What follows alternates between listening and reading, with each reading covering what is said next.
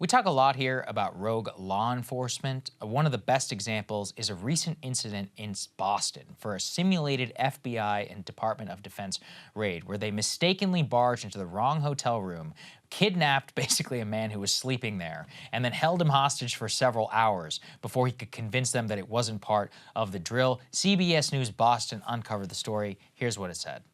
FBI agents working with the Department of Defense barged into a room on the 15th floor of the Revere Hotel on Stewart Street in Boston. The FBI says it happened just before midnight on Wednesday. Agents banged on the door to room 1505. Inside was a sleeping Delta Airlines pilot who was a guest at the hotel. He opened the door, and sources say agents barged in, handcuffed and interrogated the pilot for more than 45 minutes, and put him in the shower.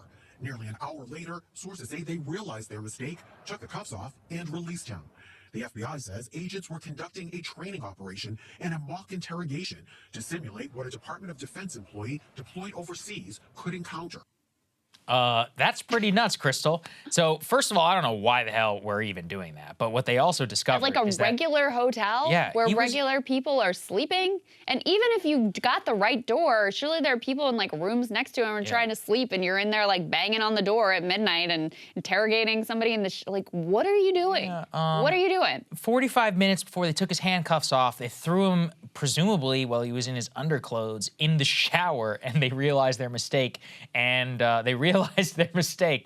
apologized to him. They said, "We were assisting the Department of Defense in this training exercise, mistakenly went to the wrong room, detained the individual, not intended. Thankfully, nobody was injured. Boston police was called and responded to the scene. Safety is always a priority of the FBI and our law enforcement partners, and we take these incidents very seriously." Listen, I don't know who this pilot is, but you need to sue the living crap out of these people. Imagine and how I hope you get that would a be. massive payday because the feds can't just drag you out of your bed while you're asleep and throw you in the shower and handcuffs, and just it's all just one big misunderstanding. So, Mr. Pilot, whoever you are, please sue these people.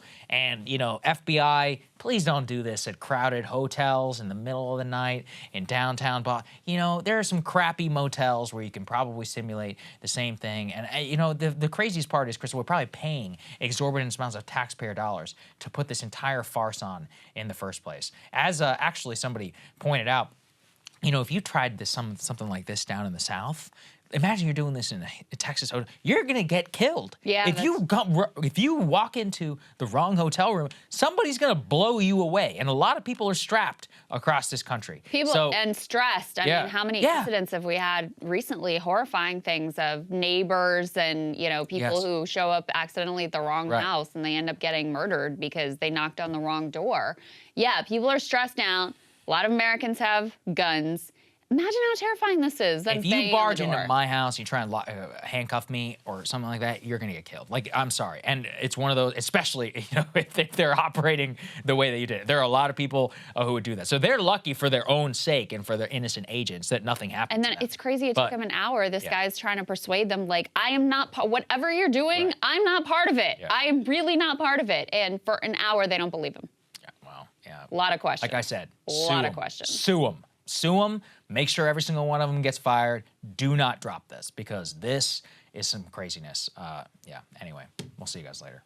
Hey guys, ready or not, 2024 is fully upon us now, and Saagar and I have been brainstorming ways that we can really up our game for this critical election. Yeah, we rely on our premium subs to expand our coverage, to add staff, to upgrade the studio. We just want to give you the best independent coverage of this election, which is possible. So if you can help us out, become a premium subscriber today, breakingpoints.com, or the link is down here in the description video. It really means the world to us, and if you like what we're all about, this is the best possible way to keep us 100% independent, working only for you.